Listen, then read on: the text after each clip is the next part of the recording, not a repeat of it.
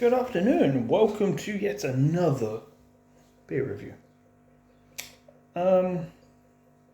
So what we got here? Well, it is actually a beer. One day I'll psych. One day I will troll, and it will be a cider. It's a cider. So this one is called Motarde, which basically means biker. So this is an amber ale, non-filtered, served cold. Nothing really that special, honestly, on the bottle. It's a 4.5 out of 10. So let's see what it's like. This is the last of the ones that were bought for me as a gift. These are local craft beers of the Pyrenees. So I do have another beer potentially for this beer review. So this beer review, I mean, I think this might be a little bit short. This one, because I don't really have anything to talk about. And some of the actual beer itself, and I've got two to get through, so I've got to get a move on. So I need to stop saying Let's give it a try.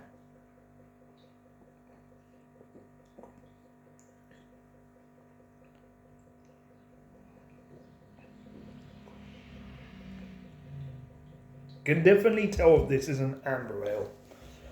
See, this is a little more spiky than the softer ones.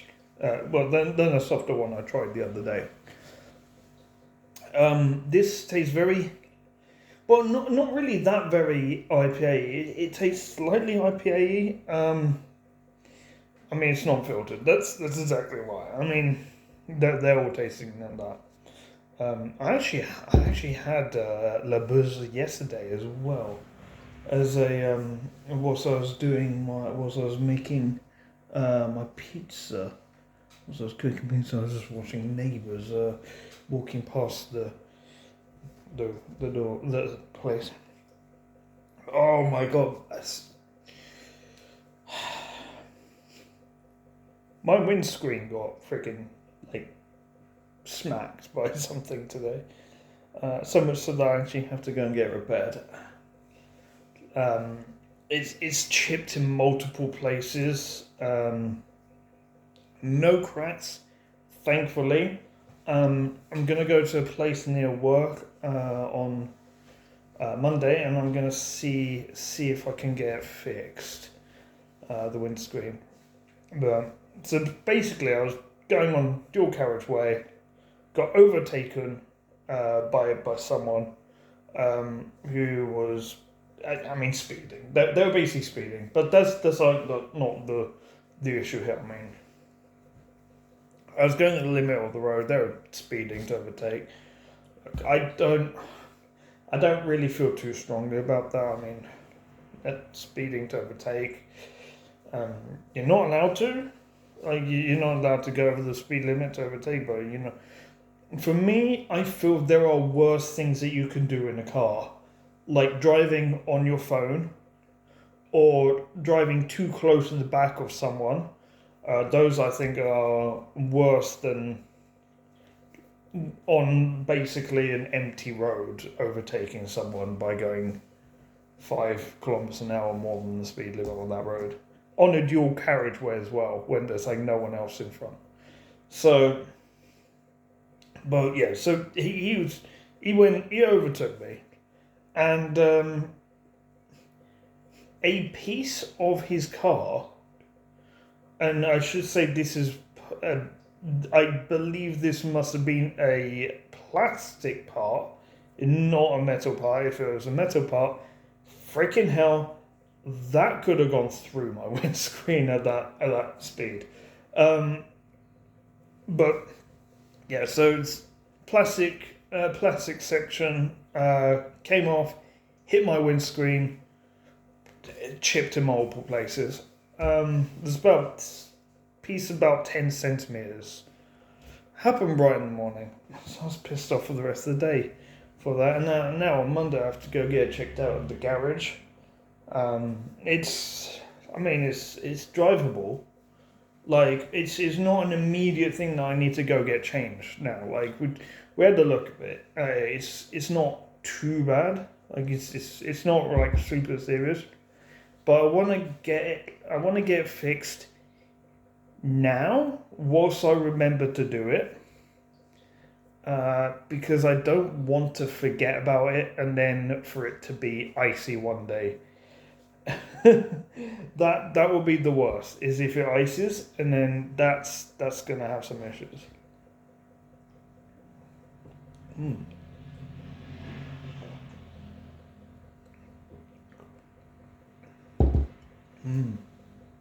I actually like this.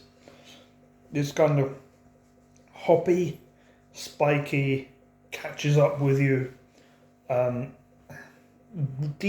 the right amount of bitter. This is a nice beer, I think. The percentage isn't that high. 4.5. Honestly, drinking it feels like it's 6. Although I think it was an 8 I had the other day. The 8 one was really, really nice. That was, I think I gave that a 9 out of 10. Like, that was crazy. That was really, really nice. But yeah, this is that's a little bit less strong.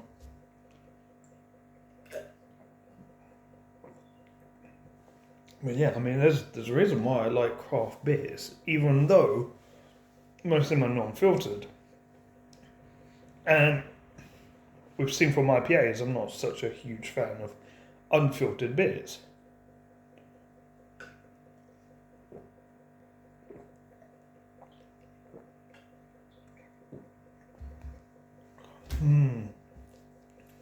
After a hard day at work, that is nice. That is really nice.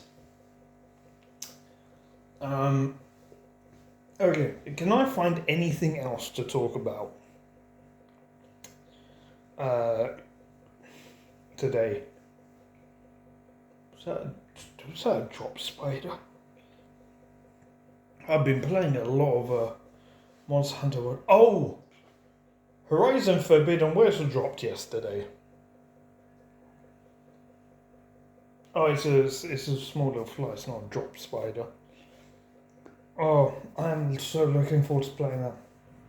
I can't play it until I finish Zelda, which we recently restarted the randomizer because the first seed was the worst seed I've ever seen in any randomizer game I have ever played. They gave you everything right at the start, so they eliminate all the challenge, and then the tediousness, where and I didn't go through this, but we looked at the log. It basically required you to go to one dungeon to get one key, to then go to to another dungeon to get another key, to go to the third dungeon to get another key, to go back to the first dungeon, and then so it was basically drip feed. You was like getting one key in each dungeon for like the next. There was like a whole sequence of that. I was like, well, there's no option here. There is no optional path. You have to basically do this really silly, annoying, pedantic thing, which basically requires you to go. You basically pick a dungeon to have the man chicken, so that will teleport you to where you need to be. But then all the other dungeons, well, looks like you're going to have to go through the entire dungeon over again every time you want that key. Yeah. We gave up on that. The current one we're doing is really, really good, actually.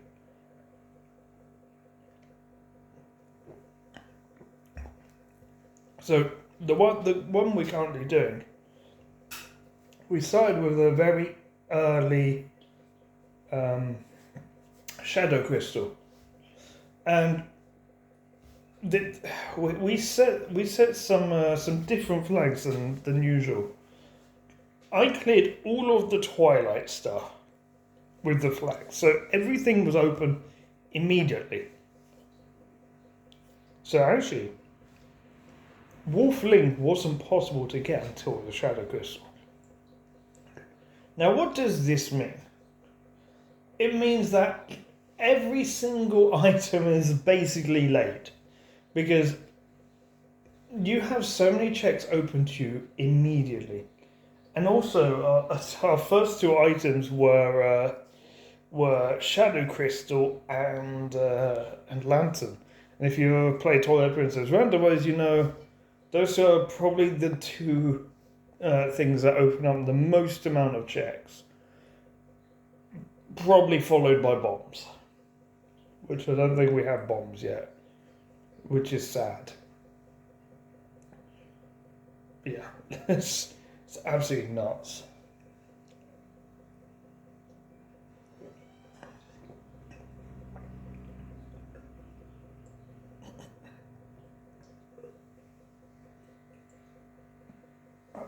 So first bit done. The biker, the Motarde.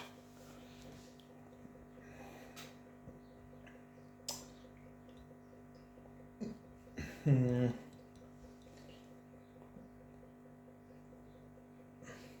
have been bits I've liked more, but this was really nice. I've realised I don't grade beers really low. I think it's just because it's beer, it can't be graded low, except Heineken. I think Atlas I graded low as well. Oh yeah, that was not that great. This I'll give a 7. 7 out of 10 for La Motarde. Next beer that we have is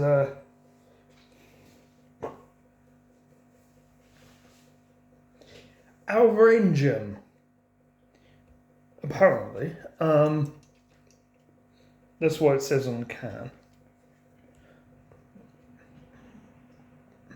So this is a blonde beer.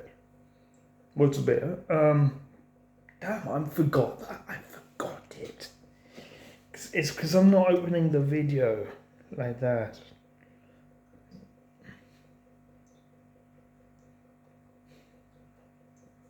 Okay. So I'm okay with the can, but like the brown I don't like. But it doesn't shine. It doesn't stand out so much to me. I only picked this because it's one that I know I've never had. Instead of shining, this was sandblasted and matte can. This would have looked pretty awesome. Maybe. So this is a 6.6 out of 10.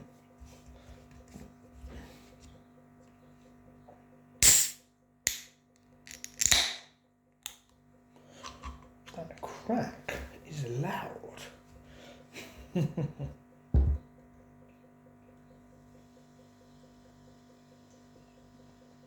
It does say something on the can, so I will read that midway through, and I will assess whether. Actually, maybe I should include that in the grading. Is what is written on the can a reflection of what the beer is actually like? Oh, it slipped.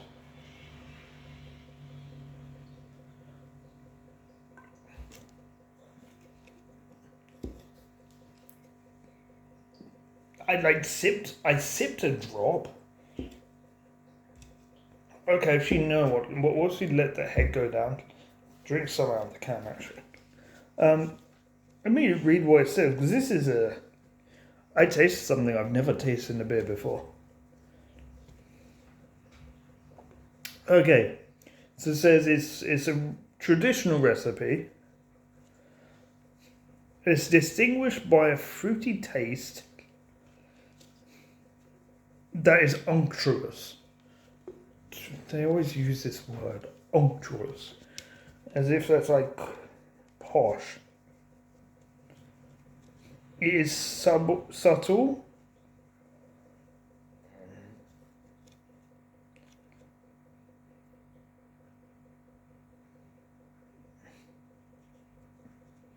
It offers an exceptional moment.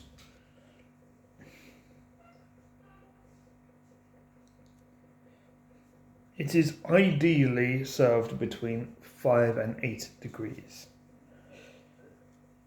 Can tell you now this is probably around 10 degrees that I'm serving it right now. So it's not ideally served.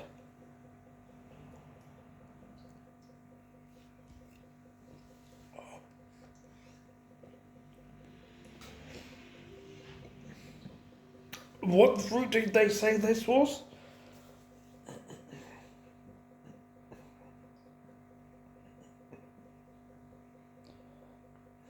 Oh, this was brewed in an abbey. A monastery. This is a monastery beer. Houblon.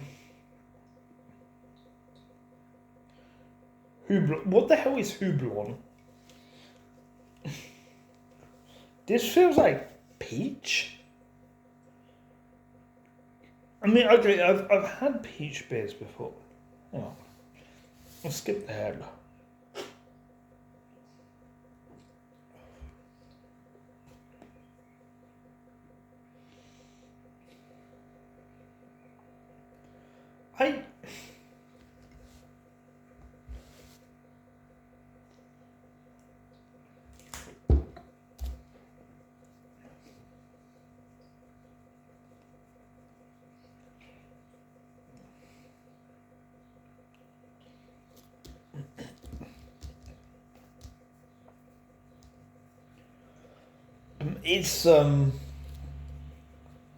It's different.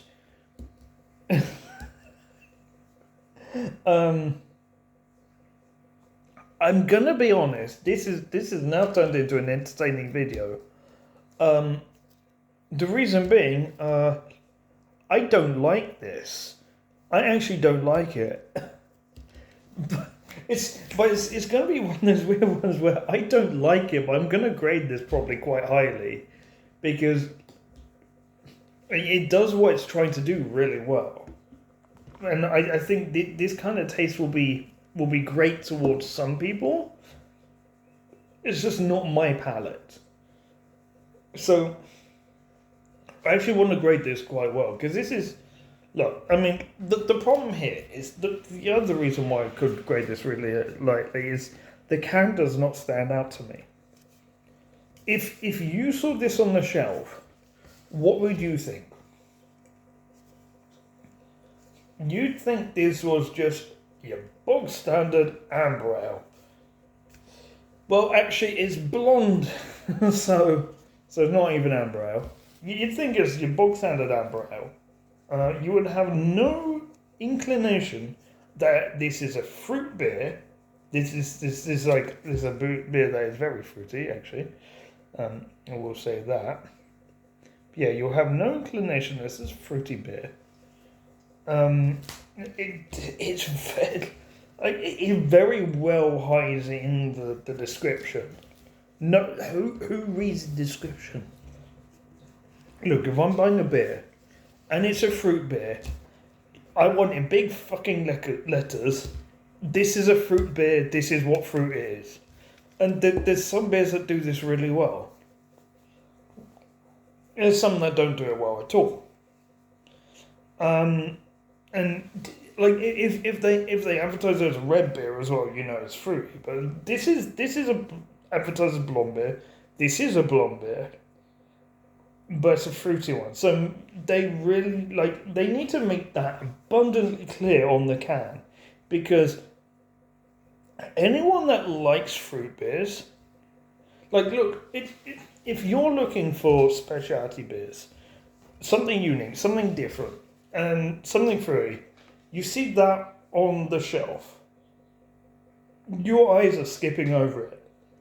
To you, this is a normal beer. This is not. It's not a specialty beer. But yet it is inside the can. And the can does not reflect this. So this is a really bad can, I'm going to say. And I really don't like the brown on yellow and silver grey. I'm not so keen on the taste, I'm going to be honest. Which means you're going to see me suffer.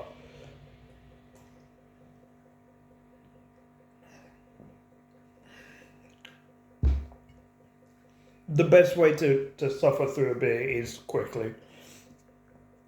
So you're going to see me be a bit of a degenerate with this. But, yeah, I mean, look. It gains points for being unique.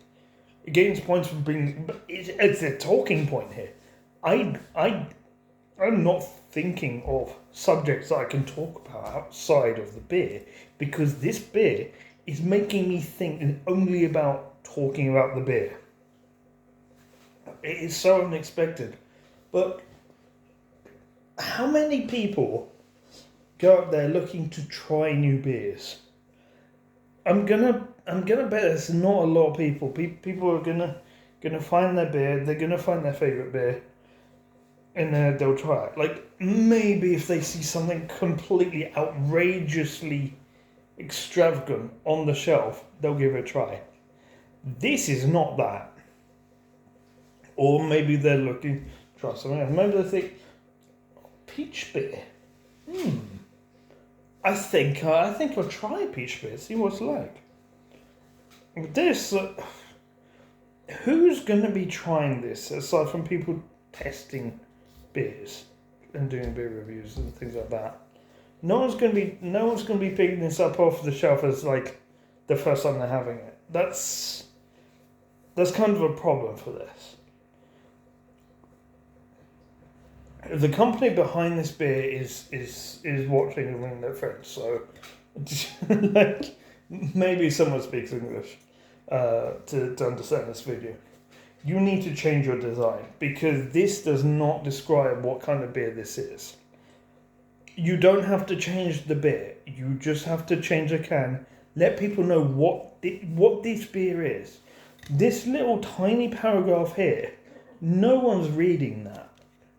No one is going through the shelves, picking everything up and reading every single paragraph. No. Too many words. If you got a beer that's got too many words, people aren't going to read those words. Put in big letters, peach. Then people will have it. If they're looking for something different or a peach beer. And you need something that stands out. Yes, it's an abbey. But you've got a tiny little icon of an abbey here. And the bricks really don't say that it's an abbey at all. This image needs to be way more dominant. It needs to be big. You need something big on this can to stand out. Something extravagant.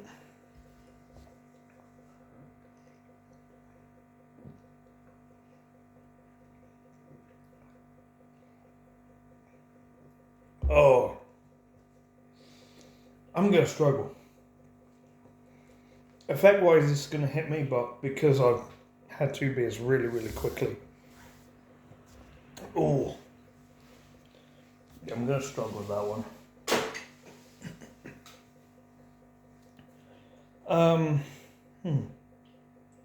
I don't have any topics to talk about. We might change room in a second, actually. So, I want to talk about, if I may, for a second, It Takes Two, the game. So, me and Rebecca have had the absolute mountain of tech issues with that game. Some of it with the computer, some of it with the game, some of it with on my end as well. Some of it with the EA servers as well. Oh my god, that game feels like it's cursed for us. It really does. But when we're playing the game though, and there's no issues and it's going smoothly, oh, that game is fantastic. The game is phenomenal. It's just very difficult to play. to play, as in, like, not game difficulty, difficulty technically to get to working. And that there's the worst thing a game can be is, like, accessibly difficult. But, man, that's. In the last part, we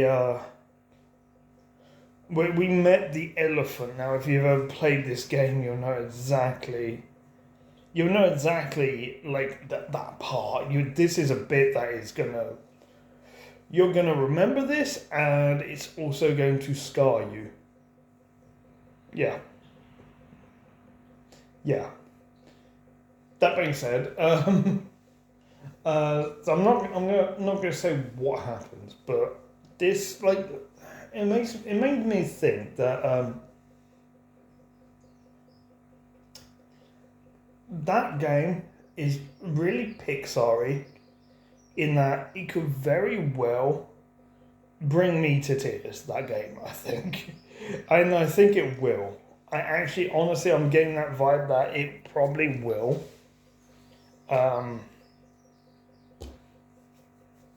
Oh my god, that last part was so messy.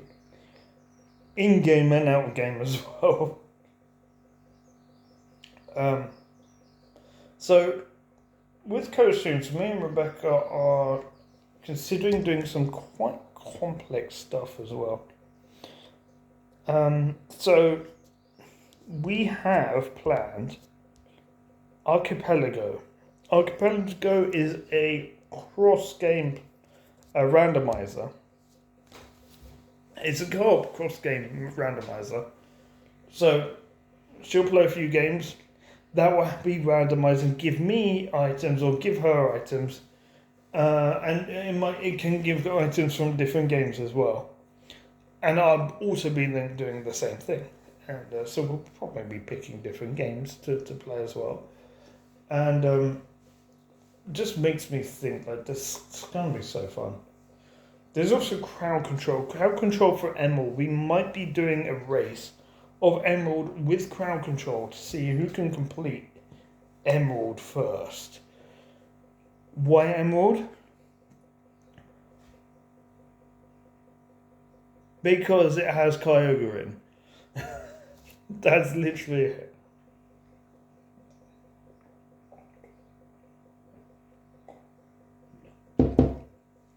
We can run with a mini randomizer, which will allow us to randomize our starters. Then that'll be great. That's what I'm hoping for. If we can get that to work. We've also got Overcooked on the list. I also want to do something in RuneScape, but using our main accounts is going to be kind of pointless. I'm thinking, like, we start a new account and have, like, races to certain things. Or we can have, like, a race series where we'll both make hardcore Iron Men, and we'll race to a certain level of a certain skill. I just got an idea. I need to share that. Oh, we've also discussed Demio. Now, Demio is a Dungeons and Dragons it's a similar thing to Dungeons and Dragons, but it's a dungeon crawler, top down view. You get cards that you can play to use abilities, and, like, you can move your thing and decide. But basically, what you're gonna do, it uses dice rolls as well. I'm thinking we're going to be doing that quite a bit as well. If Rebecca wants to. I think I might show her the game first. See if that's something that she'll enjoy. Fortunately, I don't think it's a way to play it free though. So I don't know how much she's willing to spend on games. We'll see. I might buy it for her. If she wants to play though, if she doesn't want to play, I'm not going to buy it for her. So,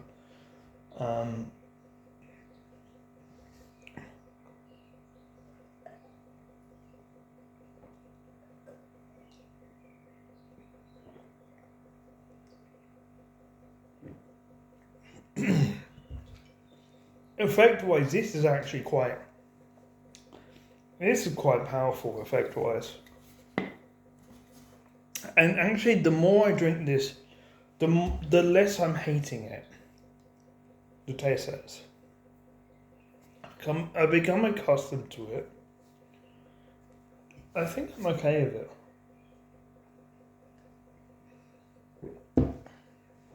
It's just very different. There's like a hint of chocolate at the end.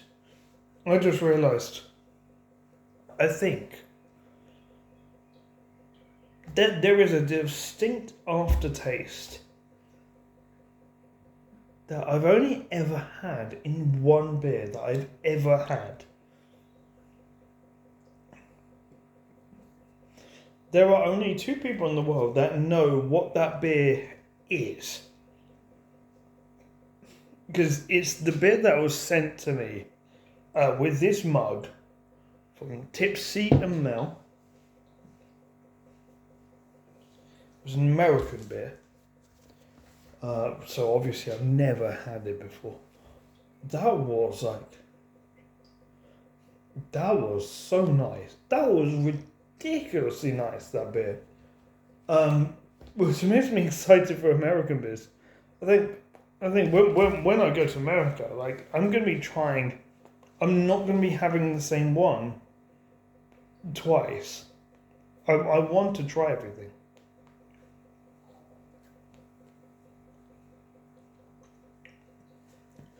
Wait until Tipsy and Mel find out that I've never had a Bush. Bush Light, that is. Yeah. We're talking about the beer. Okay, I mean, I have my shovel here. I'm just digging that hole deeper. And now that I've said it, it's even worse. So I keep telling people, put the shovel down. When you're saying something like that, put the shovel down. Put the shovel down. I don't listen to my own advice. It's wonky. I'll have to fix it after this. That's my thermometer. You can see my tetras there.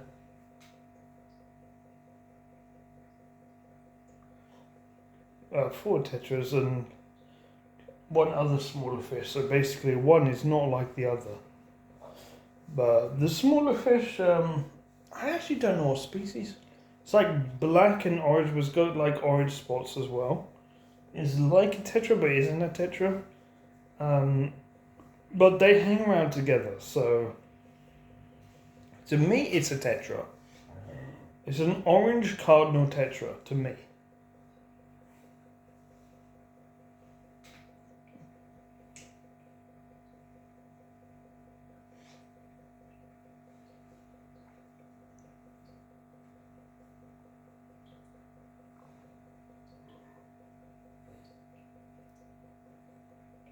I don't know how easy it is for you to see. This one here.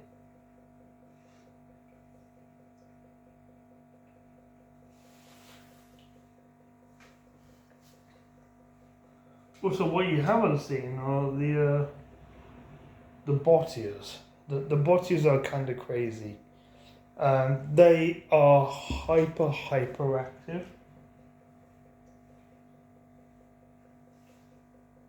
When they want to be. But they typically live on the bottom. They eat snails though. But I mean, heck, if you see one like darting around the bottom, you're lucky. I've got a group of 5 of them.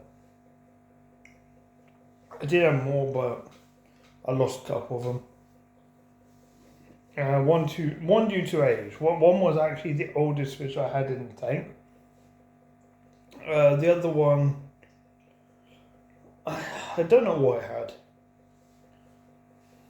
but I'm pretty sure I have 5 at the moment. Cleaner fish. My golden ottos, I think I've got 3 at this point. I've always had 3. I mean, it's been a while since I lost one of those. Touch wood.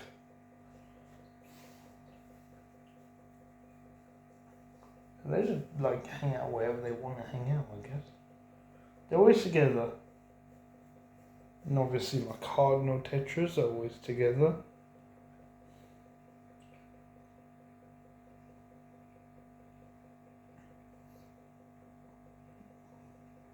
Fortunately, I recently lost my last guppy. I might get another group of guppies. That's the thing with keeping fish is fish don't have a long lifespan, especially in aquariums. You will lose fish without it ever being your fault, and if as a fish keeper you always think that if as a fish keeper you don't accept that fact that sometimes it's not your fault, then it's very difficult to keep fish. You have to accept that fact. I said this was going to be quick. This is 40 minutes now. Because I'm just not getting on with drinking the beer.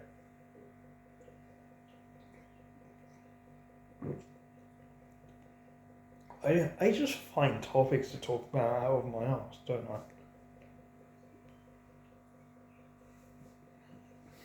I? Oh man.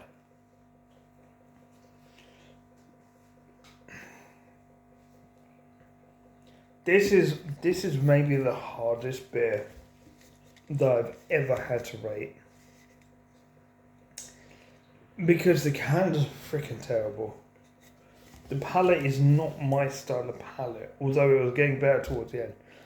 In fact, that last sip I actually really liked.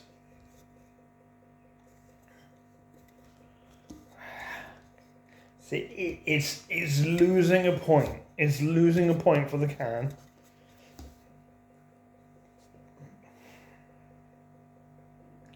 I'm going to give this an 8 out of 10.